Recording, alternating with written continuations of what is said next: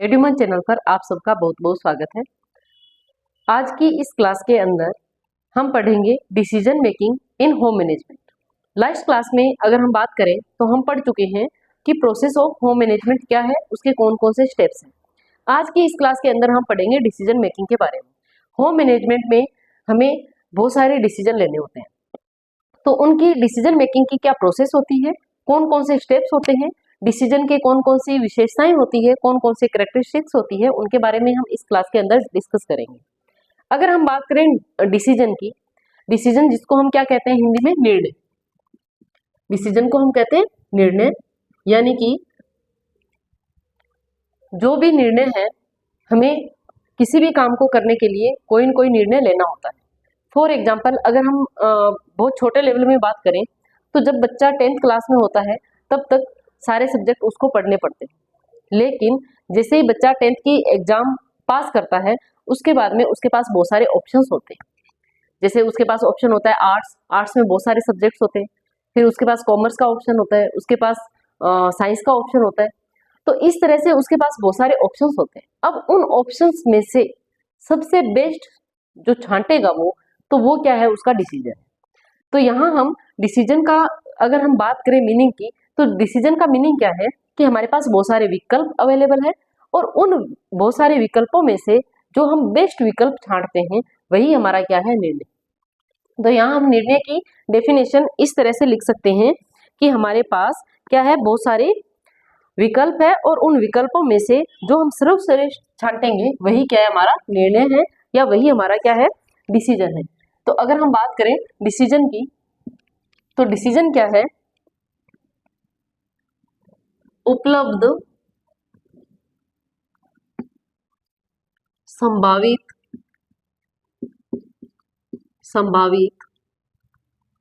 विकल्पों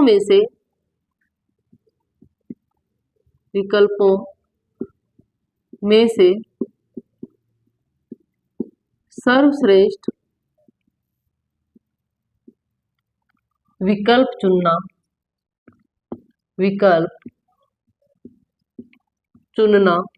क्या कहलाता है, हमारा डिसीजन। यानी कि हमारे पास बहुत सारे ऑल्टरनेटिव्स थे और उन बहुत सारे ऑल्टरनेटिव में से हमने क्या किया, एक सर्वश्रेष्ठ जो विकल्प है उसका चयन कर लिया। इसको हम क्या कहेंगे, डिसीजन कहेंगे। अब अगर हम बात करें कि जो डिसीजन है उसकी क्या क्या कैरेक्टरिस्टिक्स होती है, तो सबसे पहले हम बात करते हैं निर्णय प्रक्रिया की विशेषताएं, यानी कि characteristics of the decision making process. अगर हम बात करें निर्णय प्रक्रिया की विशेषताओं की, तो सबसे पहली विशेषता है हमारे निर्णय की कि जो निर्णय होते हैं वो एक निरंतर चलने वाली प्रक्रिया है। निर्णय निरंतर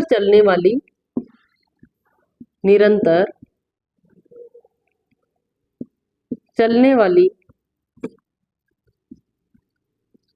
प्रक्रिया है। कैसे? क्योंकि हमें किसी एक पर्टिकुलर चीज के लिए ही डिसीजन नहीं लेना होता है, जबकि हमें पूरे दिन में ऐसे बहुत सारे काम होते हैं जिनके लिए भी हमें क्या लेना होता है, डिसीजन लेना होता है। तो जो डिसीजन मेकिंग प्रोसेस है वो एक कंटिन्यूअस प्रोसेस है, निरंतर चलने वाली प्रोसेस है। यहाँ हम ये कह सकते हैं कि decision making is the continuous process. Next अगर हम बात करें तो निर्णय क्या है, एक मानसिक प्रक्रिया है। निर्णय एक मानसिक प्रक्रिया है, मानसिक प्रक्रिया है, क्योंकि जब हम कोई भी डिसीजन लेते हैं तो हमारे पास जो भी अवेलेबल विकल्प होते हैं उनमें से हमें सोच समझ के डिसीजन लेना पड़ता है। इसलिए हम ये कहते हैं कि जो डिसीजन है वो क्या है, एक मेंटल प्रोसेस है। इसमें हमें तर्क वितर्क या जो भी वो सोच समझ करके हमें विकल्पों में से एक का चयन करना होता है। नेक्स्ट अगर हम बात करें तो निर्णय लेते समय हमारे पास बहुत सारे विकल्प अवेलेबल होते हैं। निर्णय लेते समय बहुत सारे संभावित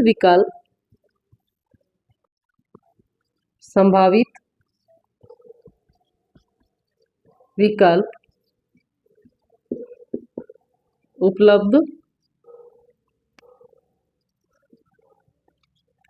होते हैं। अब उन संभावित विकल्पों में से हमें क्या करना होता है, हमें एक बेस्ट जो विकल्प है उसका चयन करना होता है और उसमें से सर्वोत्तम का चयन करना होता है।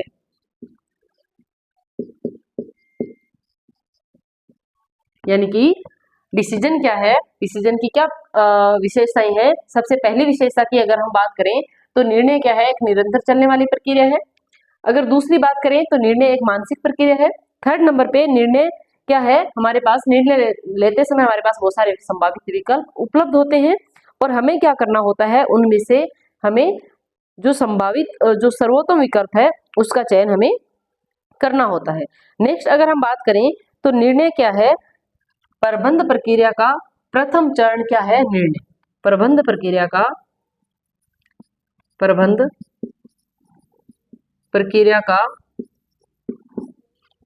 प्रथम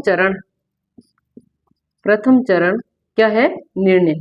निर्णय क्या है, जो हमारी प्रबंध प्रक्रिया है, जो मैनेजमेंट प्रोसेस है, उसका फर्स्ट स्टेप क्या है, हमारा निर्णय है, हमारा डिसीजन है।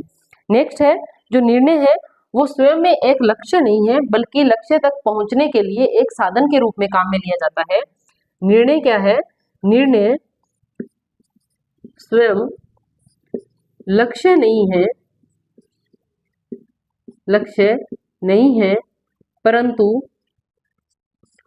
लक्ष्य तक पहुंचने का साधन है।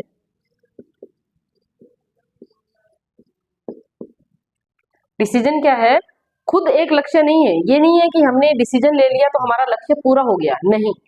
निर्णय क्या है, सिर्फ एक साधन है। हमारा जो लक्ष्य है उस तक पहुंचने के लिए एक साधन की तरह काम करता है। हम हमारे निर्णय के माध्यम से हमारे लक्ष्य तक पहुंच सकते हैं। नेक्स्ट अगर हम बात करें तो निर्णय लेते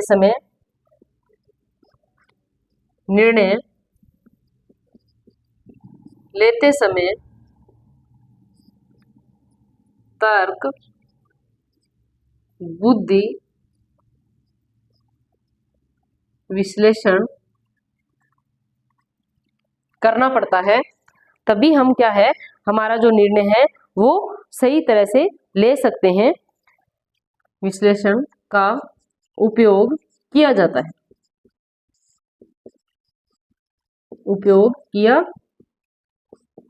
है, मान लो आपको कोई डिसीजन लेना है, आपको जैसे सब्जी बनानी है और सब्जी बनाने के लिए आपको डिसीजन लेना है। आपके पास 4-5 तरह की सब्जी अवेलेबल है। अब उन 4-5 तरह की सब्जी में से आपको एक सब्जी का चयन करना है, तो आप क्या करोगे, आप अपने तर्क के द्वारा, बुद्धि के द्वारा, विश्लेषण का उपयोग करके उनमें से जो एक जो सब्जी है उसका चयन आप करोगे और वो सब्जी आप बनाओगे। नेक्स्ट है निर्णय का कार्य प्रबंध के सभी स्तरों पर किया जाता है। निर्णय का कार्य प्रबंध के सभी स्तरों पर किया जाता है। अब प्रबंध के सभी स्तर कौन कौन से हैं, जिनके बारे में हम पिछली क्लास में पढ़ चुके हैं। प्रबंध के स्तर कौन कौन से हैं, कौन कौन से स्टेप्स है, हमारी प्लानिंग है, ऑर्गेनाइजिंग है, कंट्रोलिंग है। तो ये जितने भी हमारे प्रबंध के जो भी स्तर है, जो भी स्टेप्स है, उन सभी पर जो निर्णय का कार्य है वो किया जाता है। यानी कि हर एक स्टेप पे हमें निर्णय लेने की जरूरत पड़ती है। नेक्स्ट अगर हम बात करते हैं तो नेक्स्ट है हमारे नेक्स्ट विशेषता की अगर हम बात करें तो जो निर्णय है वो हमेशा धनात्मक ही हो, ये जरूरी नहीं है। यानी कि हमेशा पॉजिटिव निर्णय होना जरूरी नहीं है। कुछ निर्णय हमारे नेगेटिव भी हो सकते हैं।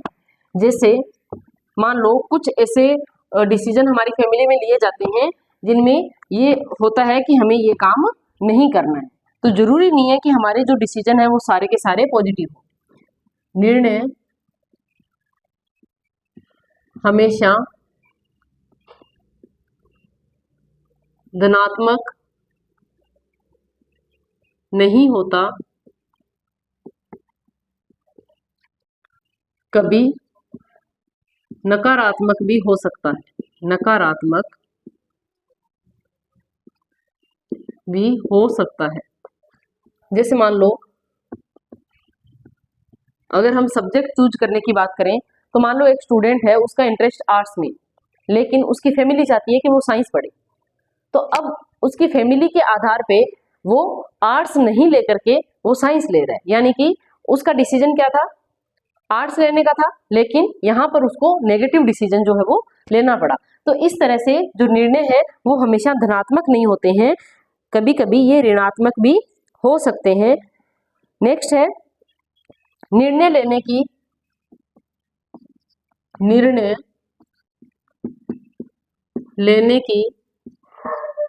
प्रक्रिया में,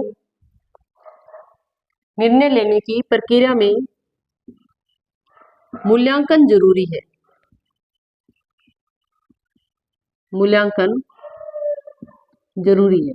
यानी कि आपने जो डिसीजन लिया है क्या वो डिसीजन सही है, उसको देखने के लिए, उसको जांचने के लिए हम क्या करेंगे, उसका मूल्यांकन करेंगे। तो निर्णय लेने की जो प्रक्रिया होती है उसमें हमें मूल्यांकन करना भी जरूरी होता है, ताकि हमें ये पता चल सके कि जो डिसीजन हमने लिया है वो सही है और जिस विकल्प का हमने चयन किया है वो विकल्प भी सही है।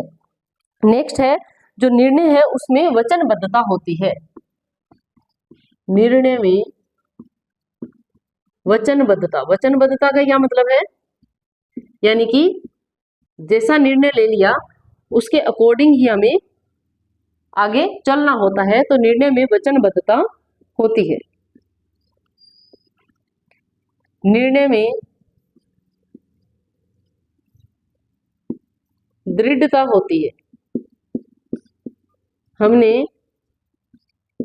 जो निर्णय लिया है उसके प्रति हमें दृढ़ भी रहना होता है, हमें अटल रहना होता है, तभी जो निर्णय है वो हमारा सक्सेस होता है। अगर हम बार बार उस निर्णय को बदलते जाएंगे तो हमारा जो निर्णय है वो सही नहीं होगा। निर्णय का कोई उद्देश्य होता है, निर्णय का कोई उद्देश्य होता है, यानी कि बिना किसी उद्देश्य के हम निर्णय नहीं लेते हैं, या फिर ऐसा कोई निर्णय जिसका कोई उद्देश्य नहीं हो, निर्णय का कोई उद्देश्य होता है, यानी कि बिना लक्ष्य के, बिना उद्देश्य के अगर कोई निर्णय है तो इसका मतलब वो निर्णय सही नहीं है, उस निर्णय का कोई सेंस नहीं है। अगर नेक्स्ट की हम बात करें तो निर्णय में विवेकशीलता, निर्णय में विवेकशीलता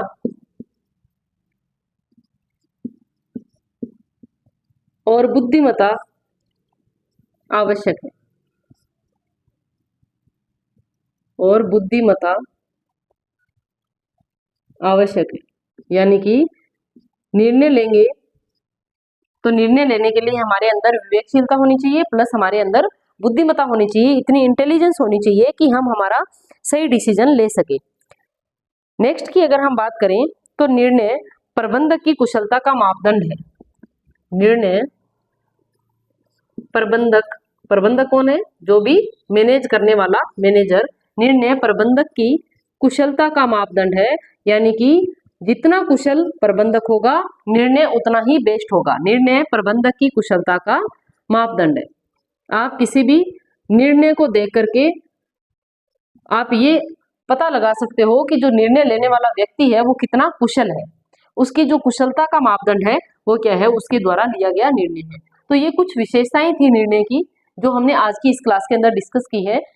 अगर हम नेक्स्ट बात करें तो नेक्स्ट है हमारे जो डिसीजन मेकिंग है उसकी प्रोसेस के कौन कौन से स्टेप्स होते हैं।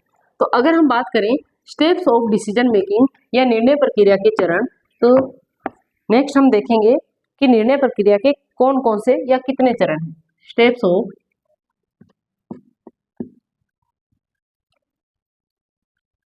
ऑफ डिसीजन मेकिंग,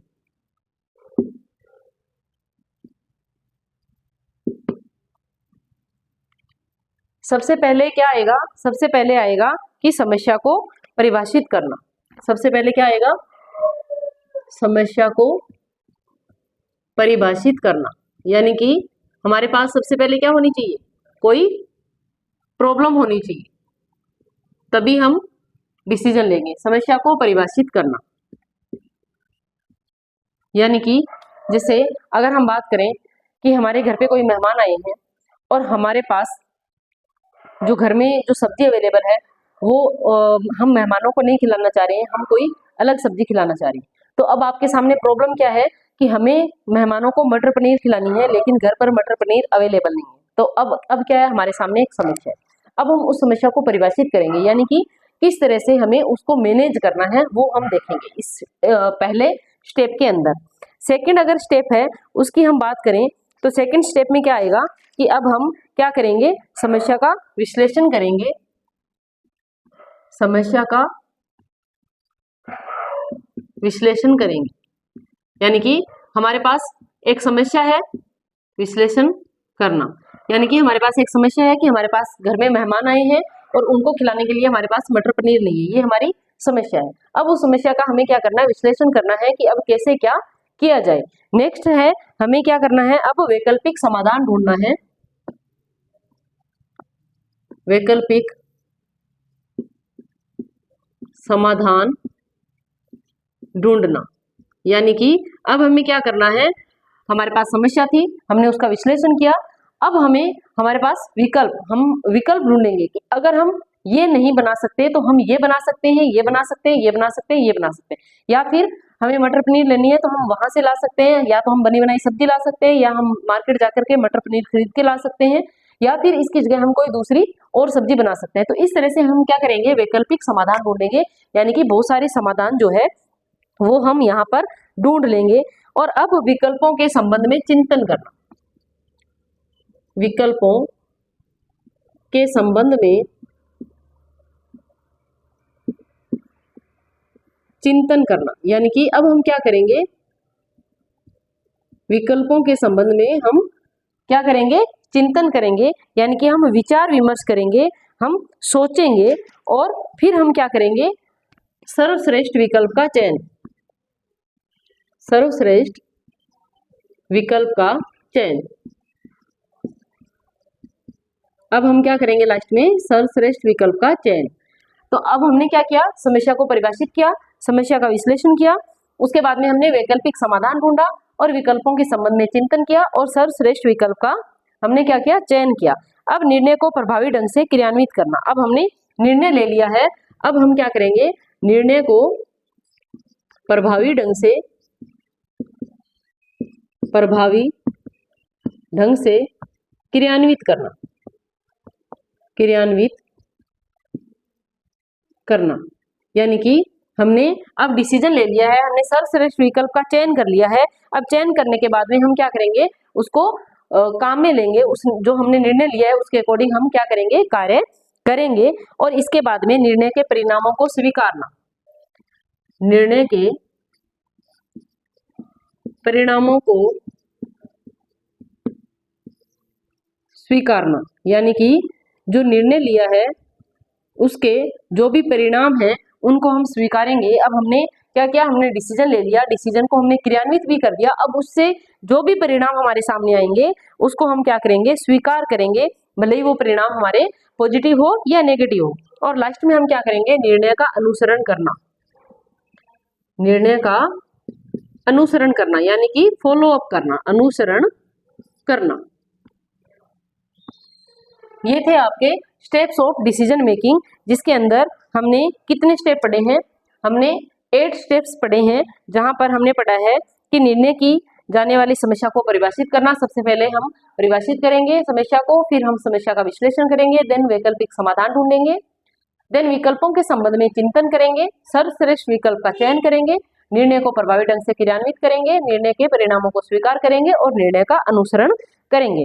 ये थे आपके डिसीजन मेकिंग प्रोसेस के स्टेप्स। यहाँ से आपके क्वेश्चन जो है वो एग्जाम में आता है, और क्वेश्चन किस तरह से आता है कि ये जो स्टेप्स है ये दिए रहते हैं और इनको आपको क्रम के अकॉर्डिंग जो है सेट करना होता है। तो आज की क्लास के अंदर हमने पढ़ा डिसीजन होता क्या है, डिसीजन मेकिंग प्रोसेस की कुछ कैरेक्टरिस्टिक्स थी, वहां से जो क्वेश्चन है वो भी आपके पूछा जाता है। जैसे आपके कथन कारण वाले क्वेश्चन है उनमें पूछा जा सकता है, आपको 2 लाइन दे दी जाएगी कि निर्णय जो है वो एक निरंतर चलने वाली प्रक्रिया है, या फिर निर्णय जो है जिसमें विवेकशीलता का प्रयोग नहीं होता है। तो इस तरह से आपको 2 कथन और कारण दिए जाएंगे और उनमें से आपको पूछा जाएगा कि इनमें से कथन सही है या कारण सही है, कथन कारण दोनों सही है, कथन सही है कारण गलत है, कारण सही है कथन गलत है। तो इस तरह से जो क्वेश्चन है वो वहां से आता है। और यहाँ की अगर हम बात करें स्टेप्स की, तो यहाँ से आपके जो कर्म के अकॉर्डिंग जो जमाने का क्वेश्चन है वो यहाँ से पूछा जाता है। और मोस्टली जो एग्जाम्स है उनमें ये क्वेश्चन जो है डिसीजन मेकिंग प्रोसेस का, आप यूं मान के चलो कि जनरली जो भी होम साइंस का एग्जाम है उसमें ये क्वेश्चन एक आता ही आता है। तो यहाँ से आपके इंपॉर्टेंट क्वेश्चन बनेंगे। इसके लिए चैनल के साथ जुड़ना ना भूलें। थैंक यू, मिलते हैं कल की क्लास में।